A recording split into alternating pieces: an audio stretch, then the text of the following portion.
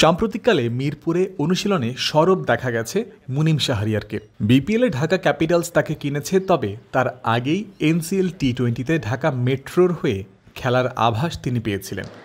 দলটার পক্ষ থেকেই মুনিমকে তৈরি হতে বলা হয়েছিল।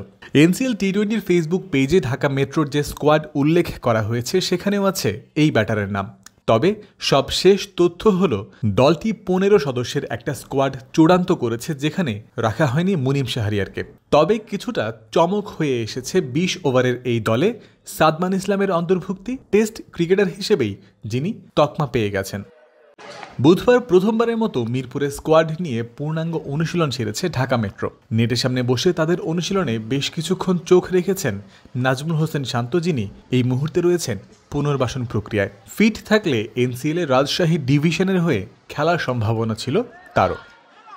ঢাকা মেট্রোর টপ অর্ডারে সাদমানের সঙ্গে আছেন আরেক বাঁহাতি ব্যাটার নাইম শেখ। এছাড়াও শামসুর রহমান শুভ, মার্শাল আয়ুব, আলামিন জুনিয়ররা দেশের ক্রিকেটের পরিচিত মুখ। তাদের সাথে থাকবেন আনিসুল ইমন, ইমরানুজ্জামান, গাজী তাহজিবুল ইসলাম। বছর কয়েক আগে জাতীয় দলে খেলা লেগ স্পিনার আমিনুল ইসলাম বিপ্লবও আছেন এই দলে, যার মূল পরিচয় অবশ্য ব্যাটার হিসেবেই। ঢাকা মেট্রোর বোলিং বিভাগেও আছে বৈচিত্র্য। পেস বিভাগের দায়িত্ব সামলাবেন বিস্তর অভিজ্ঞতা থাকা আবু হায়দার রনি। জাতীয় দলের হয়ে এক টি-20 খেলা শহীদুল ইসলামও।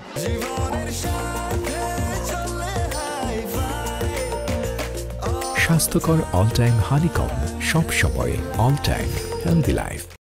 তাদের সঙ্গে থাকবেন এই মুহূর্তে অনূর্ধ্ব 19 দলের হয়ে এশিয়া কাপে থাকা বাঁহাতি পেসার মারুফ মৃধা। কদিন আগে ঢাকা মেট্রোর হয়ে প্রথম শ্রেণীর অভিষেকেই ফাইফার নিয়েছিলেন এই বোলার।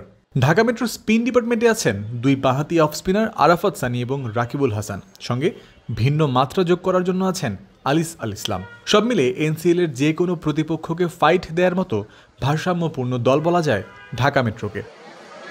তারুণ্য আর অভিজ্ঞতার মিশেল যেখানে আছে, রয়েছেন ভিন্ন ভিন্ন ধরনের প্লেয়ার, যা নিয়ে তারা হতে পারেন ভালো কিছুর দাবিদার। 11 ডিসেম্বর এনসিএল এর প্রথম দিন সিলেটের আউটার স্টেডিয়ামে বরিশালের বিপক্ষে প্রথম ম্যাচ খেলবে ঢাকা মেট্রো।